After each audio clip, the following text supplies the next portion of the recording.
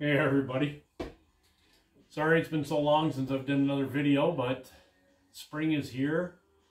Actually, we're into summer now, and I'm still doing winter builds. Don't know when the end is.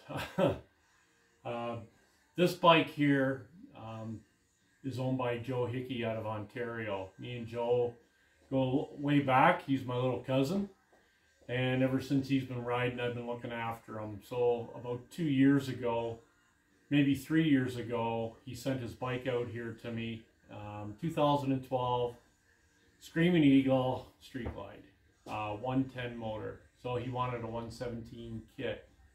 So I put that in it and ported the heads and upgraded the cam chamber and put cams in it, exhaust system, and we dyno tuned it, and it was running really good. It had over 130 foot-pounds of torque. Ran really, really good. So 117 cubic inch. So I shipped the bike back to Joe back into Ontario, and he rode it for a couple of years and was planning on going on a trip one time and brought it into one of the Harley-Davidson dealerships for a service before he had left to go to Tennessee, and they forgot to put oil in it. So, needless to say, she go kabang and ruined his trip. So, one of the local shops up in Ontario redid the top end on it, but Joe says that it's never ran the same.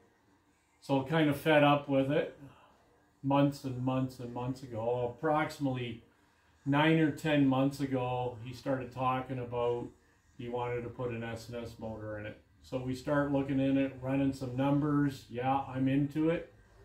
Then he calls me back and he says, well, if we're going to upgrade the motor, let's upgrade the transmission. So got a hold of Baker down in the States, and we took the 6-speed tranny out of it and put a 7-speed Baker in it. From what I hear, it's the only one around up in Canada, but I don't know for sure, but that's the rumor that I was told. So we're really curious to see how this is going to work out. Now in the main power plant in this one, there's two 124s that are available for this model. One is a high compression with big cams, and the other one was just a tad lower compression with a set of, pardon me, not Screaming Eagle, with a set of S&S124 in it.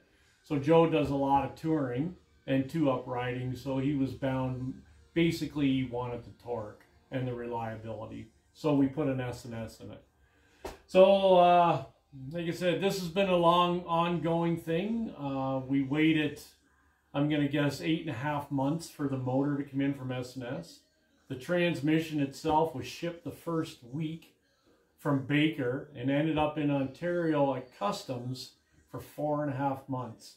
I had to get a lawyer involved into it and broker people to get the thing cleared. Finally got a hold of that, and here we are almost 9 months later and trying to fit this into the schedule. So this has been an ongoing thing, and today's the first day that it's got up and running. I did a mild little startup, make sure it had oil pressure, and shut it right back off. So we'll see how this one's going to work out. Like I said, it's a 124 S&S with S&S585 cams, 58 mil throttle body from Screaming Eagle, and a set of 4-inch Reinhardt True Duals.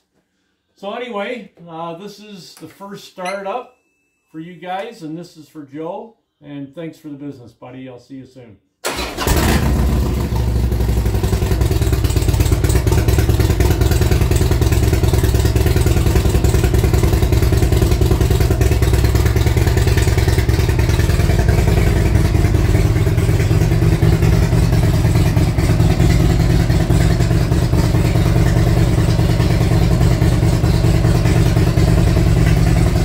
So I made up a map, loaded it in as close as I can get.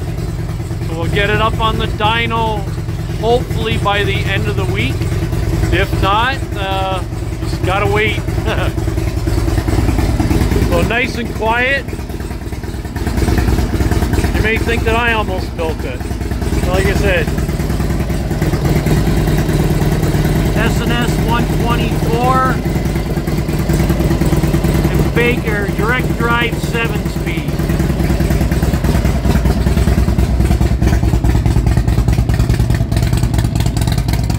Not as loud as the last motor that I did, but curious on the numbers what she's going to put out.